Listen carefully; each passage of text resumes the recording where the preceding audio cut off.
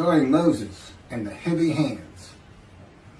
The Torah relates, Shemos 17 and 11, that during the war, when Moshe held up his hand, Yisroel prevailed. And when he let down his hand, then Amalek prevailed. But Moshe's hands were heavy, and Aaron and Chur, who accompanied him, supported his hands. Rashi comments, because he was lax in the commandment of waging war, and appointed another in his stead, Yehoshua, his hands became heavy. We see then that Moshe Rabbeinu should have gone to battle, and when he did not, was punished for his laxity. All of the above reasons why Moshe considered himself unable to join in the actual battle, and not that, God forbid, he was slothful, poses the inevitable question, why was Moshe punished? His hands became heavy for doing something which was seemingly so logical. Rashi answers this question by saying that Moshe was punished for being lax in the Mitzvah, and not for being lax in going out to war. For since the war against Amalek was a Mitzvah, a commandment from God, Moshe should have gone to war, and not entertain any of the thoughts to the contrary, no matter how reasonable or logical. A mitzvah must be such that we will obey, and then we will hear. First, one does the deed without entering into any calculations. And since Moshe was lax in the mitzvah, he entered into calculations as to what was best for the conduct of the war, etc. He was punished. All the above is from Shemos, Parshas, Yisroel, 19th day of Shabbat, 574-1, 1981, at Ribby.org, edited. Rashi commenting on Genesis 17 and 3. And Abram fell upon his face, and God spoke with him, saying,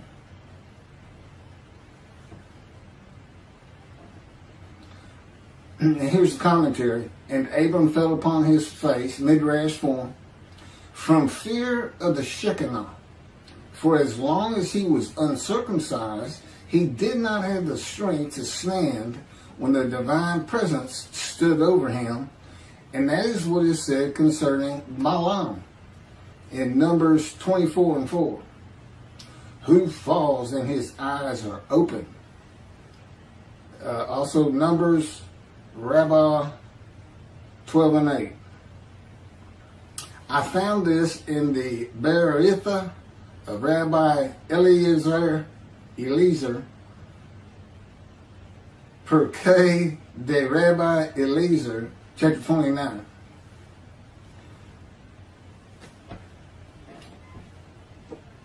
This is verse 6, 7, 8, 9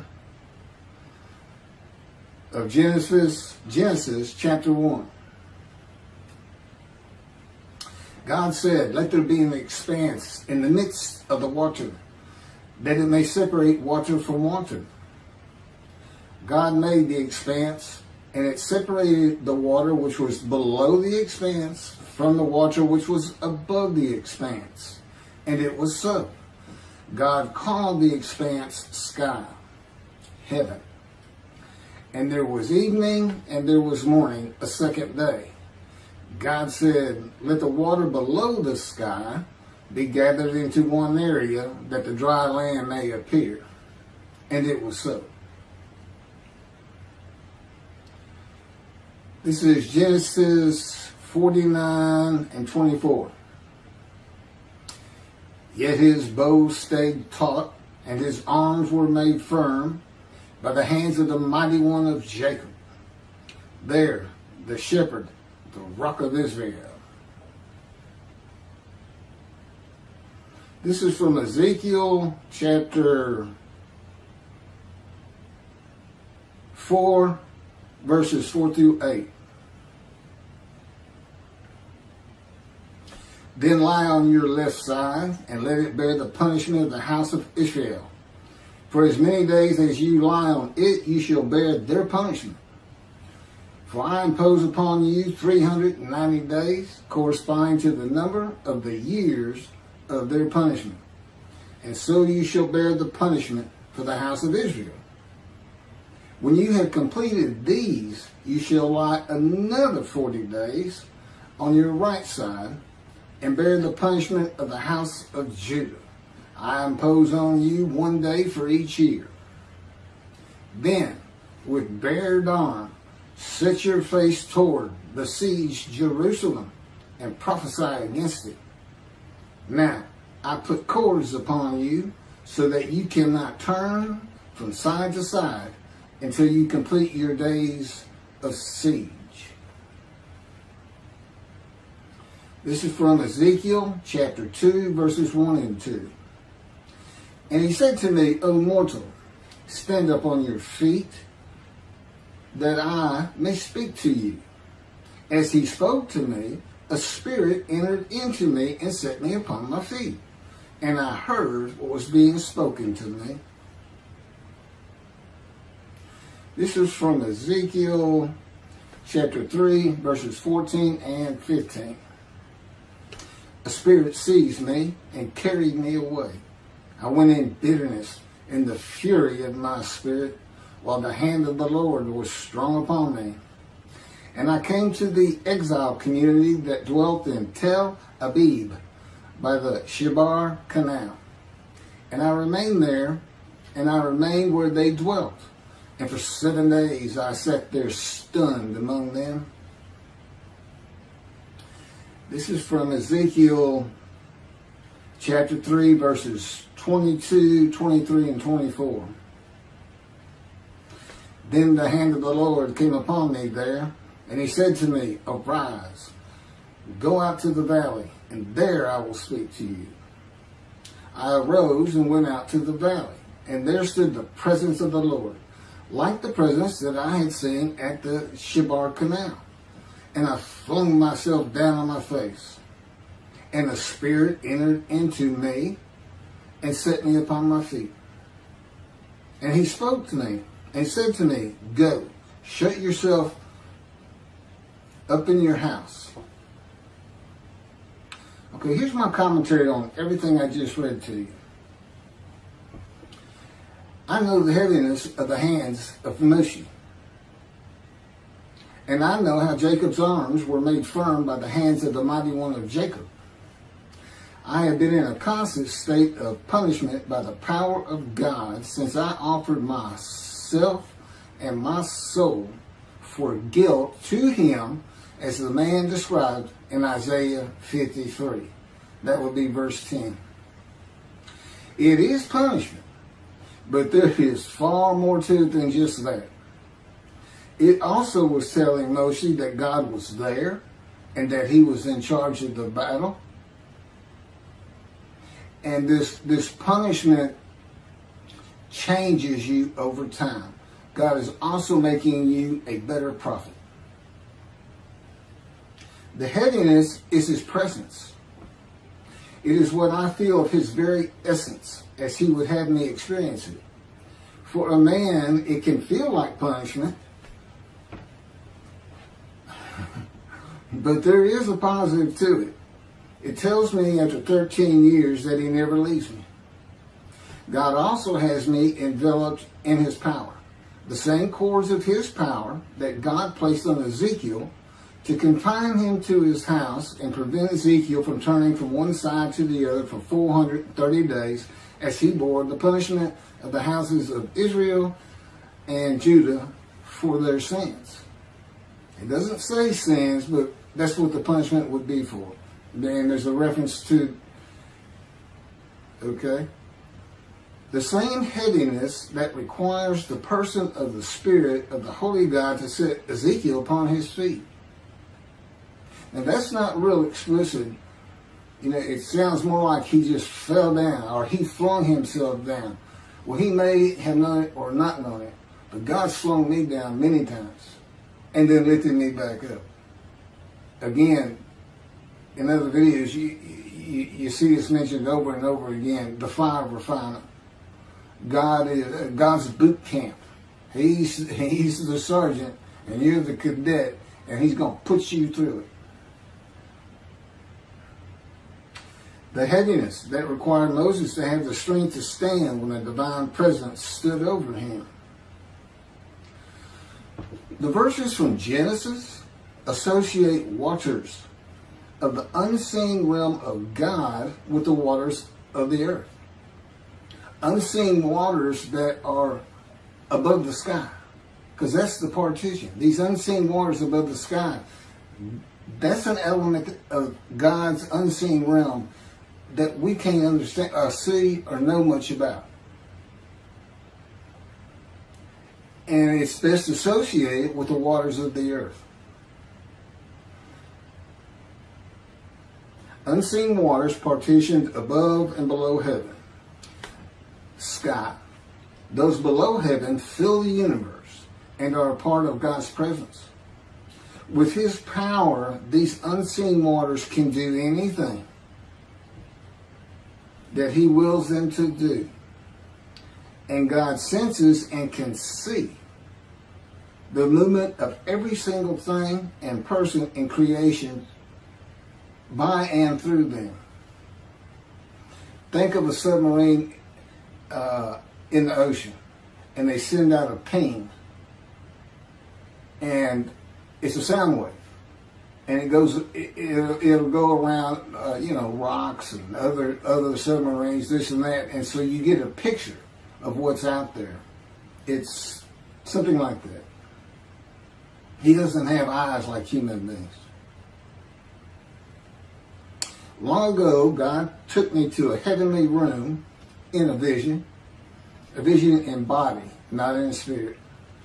The purpose was to learn how to bear up to the weight of his presence and these waters that cover the earth when I was walking with him in the cords of his power that enveloped me. It was making me very nauseous. I could feel my body so acutely and real in that room that creation passing before the window actually made me feel car sick, as the weight of his presence and the power around me to offset it was manipulated at his will. It's a little bit complicated, but I've actually spoken about this in other videos. Think of a cardboard box that has been left in a rain or placed in a body of water. It is so light before and so heavy afterwards. The water soaks through the box through and through and retains the water even when lifted. My body is that box. Even my insides can be heavy.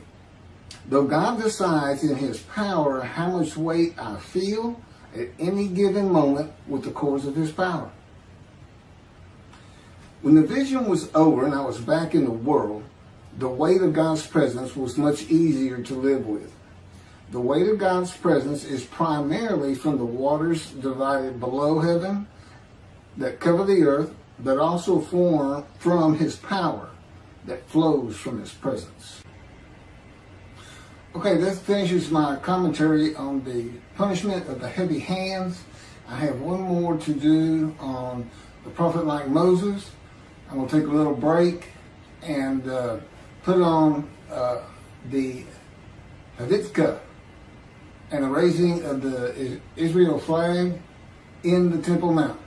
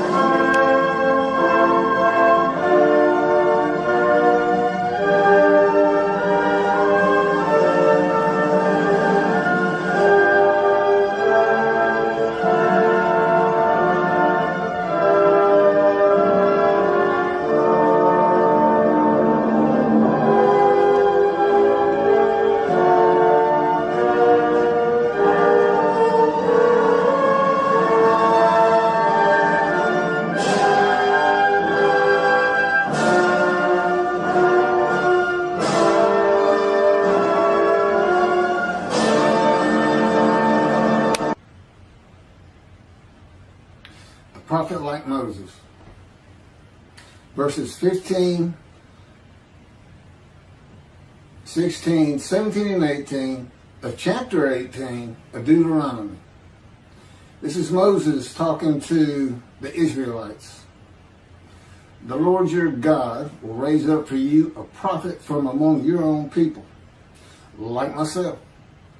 Him you shall heed. This is just what you asked of the Lord your God at ordered on the day of the assembly, saying, let me not hear the voice of the Lord my God any longer, or see this wondrous fire any more, lest I die. Whereupon the Lord said to me, this is the Lord to Moses, they had done well in speaking thus. I will raise up a prophet for them from among their own people, like yourself. I will put my words in his mouth, and he will speak to them all that I command him. This is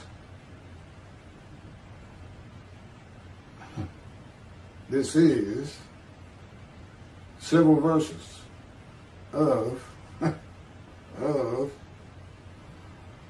Exodus, chapter 7,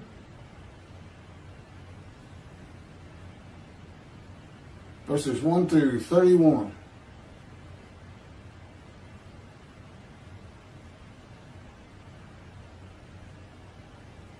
You'll understand why I'm reading this much in it, because I'm going to have commentary on it.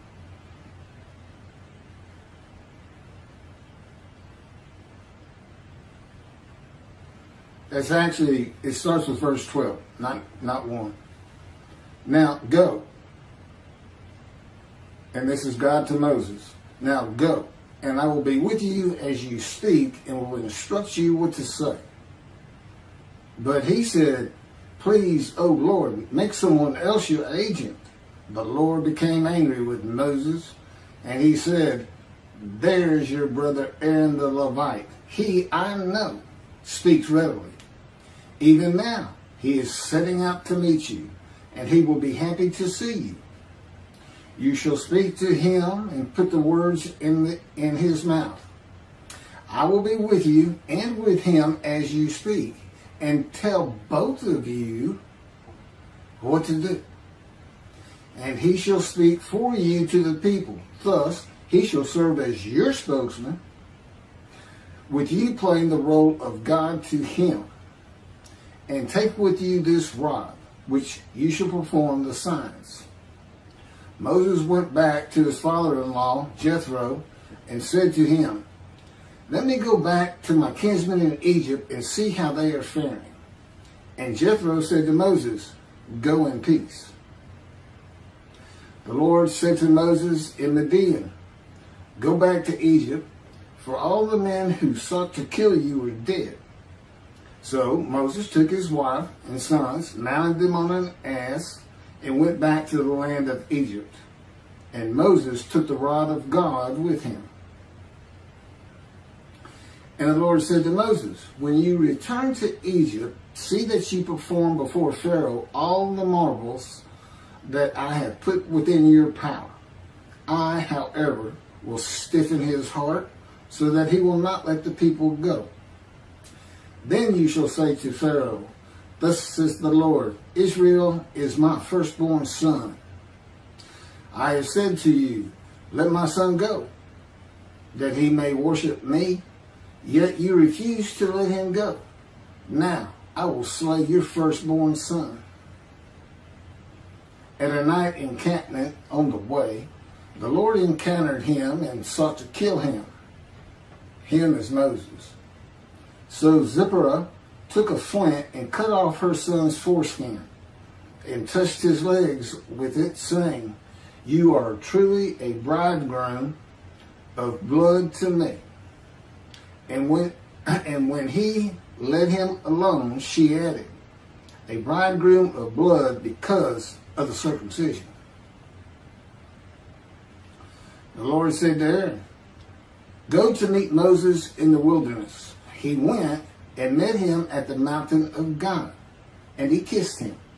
Moses told Aaron about all the things that the Lord had committed to him and all the signs about which he had instructed him. Then Moses and Aaron went and assembled all the elders of the Israelites. Aaron repeated all the words that the Lord had spoken to Moses, and he performed the signs in the sight of the people. And the people were convinced. When they heard that the Lord had taken note of the Israelites and that he had seen their plight, they bowed low in homage.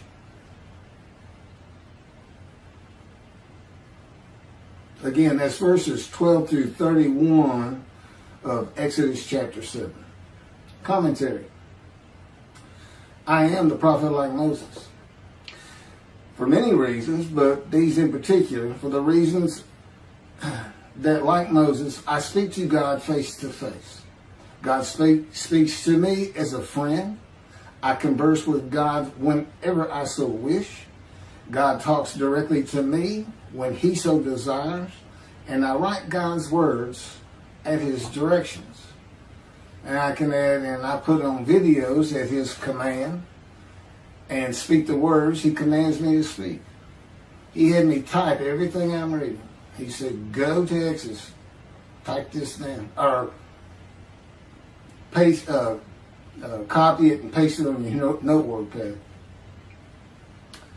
And like Moses, I bring a redemption, the redemption of the new covenant of God declared in Jeremiah chapter 31 to be delivered in a time to come, this time, the time of the fulfillment of all biblical prophecy, the time God speaks to his prophets again. When God said, there's Aaron, even now he is setting out to meet you and he will be happy to see you, God is placing a short vision into the mind of Moses. Aaron and Moses do not meet for many days after this at the mountain of God. It is not a trance-like vision where Moses feels that he is in another place and time away from the world.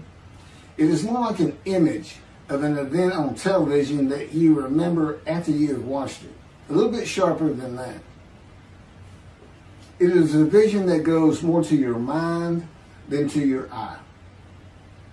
The image would have been of Aaron walking out of his dwelling place, and together with God's words, he is setting out to meet you. Moses knows that Aaron is on his way where they are to meet at the mountain.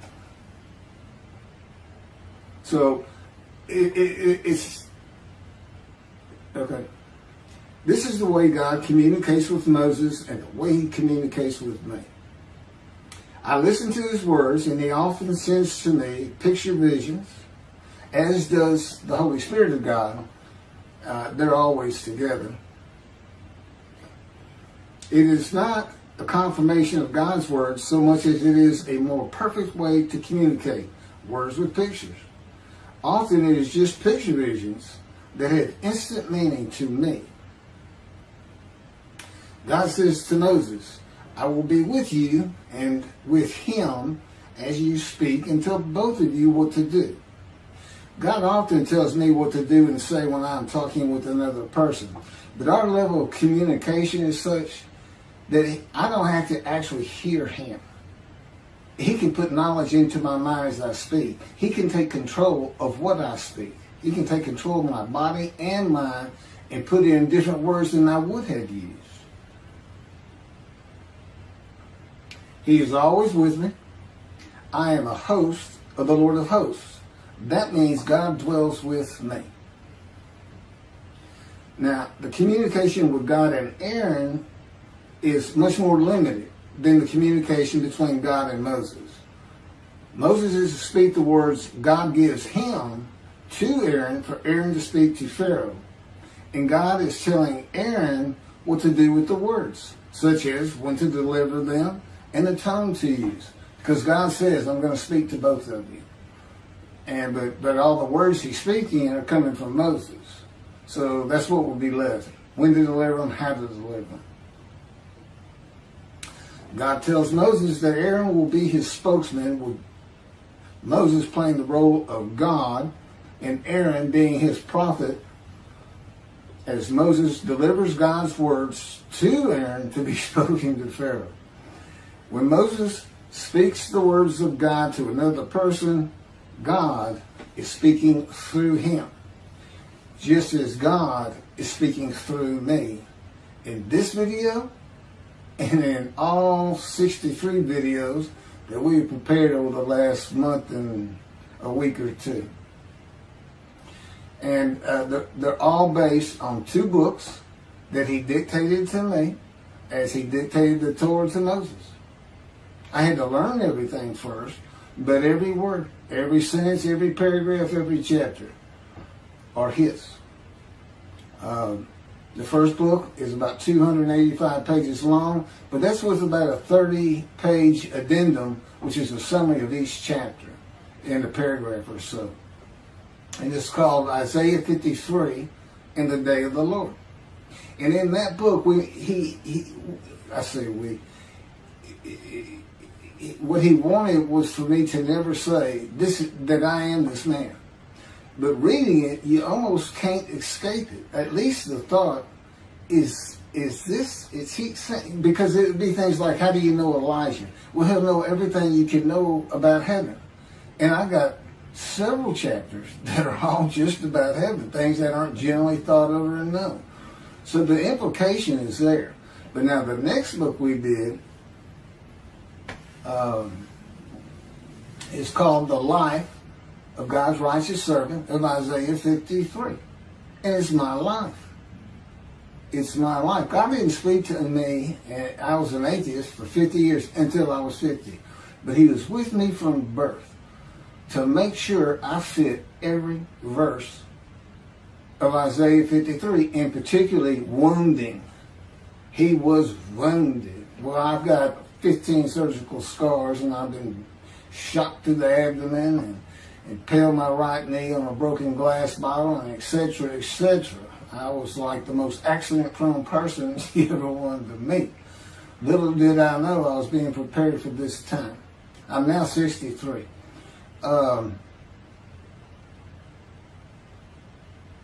so the life of God's righteous servant, it's my life. And he dictated that to me. Of course, I didn't have to learn it first. I just had to remember. And he puts remembrance into my mind. I can remember like no other human being on this planet. He can have me not only remember an event, the first time I drove a car, for instance, kissed a girl, but he can bring it back to me as though it's actually happening again. It's not just, I know when I drove a car, I was so excited and it felt so great. No, I feel the excitement. Okay, the ambience of the day. Everything is there. But he can do the same thing when you get shot through the abdomen on a ranch in Texas, like it's happening all over again. Just to show me what was really going on that day and what he had to do with it, controlling my perceptions. Thanks for listening.